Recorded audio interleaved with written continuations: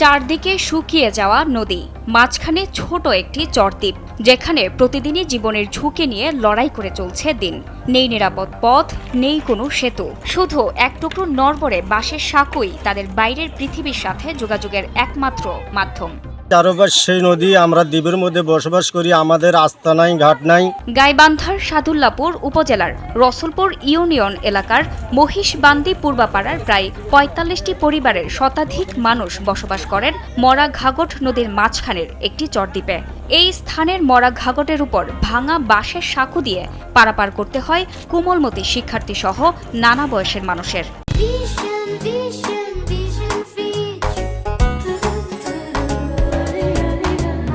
নদীর ওপারে পৌঁছে নেই কোনো রাস্তা, বাধ্য হয়ে কৃষকের জমির আইল দিয়ে ৫০০ মিটার হেঁটে উঠতে হয় মূল সড়কে।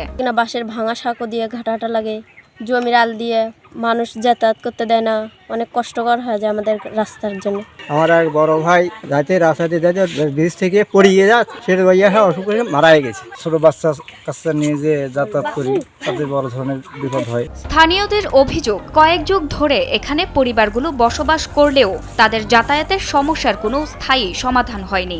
ভুক্তভোগীরা বলছেন, রাস্তা ও ব্রিজ না থাকায় অনেক দুর্ভোগে দিন কাটাতে হচ্ছে তাদের। দ্বীপ এলাকার মধ্যে যদি তাল বেতাল একটা রুগী যদি আমার অসুস্থ হয়, সেই রুগীটা আমার ডাক্তার আনতে মিলতে আমার ঘরে সময় চলে যায়, আমার সেই রুগীটা হয়তো মারাই যায়, আমার ডাক্তার আসে। ছেলে বাচ্চারা যেতে পারে না, অনেক কষ্ট হয়, মেহমান আসতে পারে না, ছেলে মেয়ের বিয়ে দিতে পারি না রাস্তার কারণে। বন্যার সময় গাছ দিতে দেওয়া হয়, এমনকি সতী যেতে হয়, পরীক্ষার সময় পরীক্ষা দিতে ঠিক মতো পাই না। আমরা রাস্তাটা হলে অনেক সুন্দর হতো।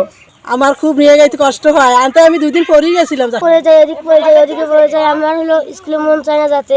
জনসাধারণের দুর্ভোগের কথা চিন্তা করে এরই মধ্যে উপজেলা প্রশাসনের সঙ্গে দ্বীপ এলাকাটি পরিদর্শন করা হয়েছে বলে জানান স্থানীয় ইউনিয়ন পরিষদের প্যানেল চেয়ারম্যান। কিন্তু দীর্ঘদিন থেকে ওখানকার জনগণের যেটা চাওয়া পাওয়া যে ওখানে দ্রুত যেন একটি ব্রিজ হয়, সেখানে যে ব্রিজের দুই পাশে যে সংযোগস্থল, সেখানে কিন্তু রাস্তা হয়তো পূর্বে ছিল, বৃদ্ধ লোকেরা বলতো, কিন্তু এখন কিন্তু রাস্তা বিলীন। তো আমরা রসুলপুর ইউনিয়ন পরিষদের পক্ষ থেকে ইতিমধ্যে এর আগের ইউনো স্যারকে বলেছিলাম এবং ইউনো স্যার আমাদেরকে সঙ্গে নিয়ে সেখানে পরিদর্শন করেছেন।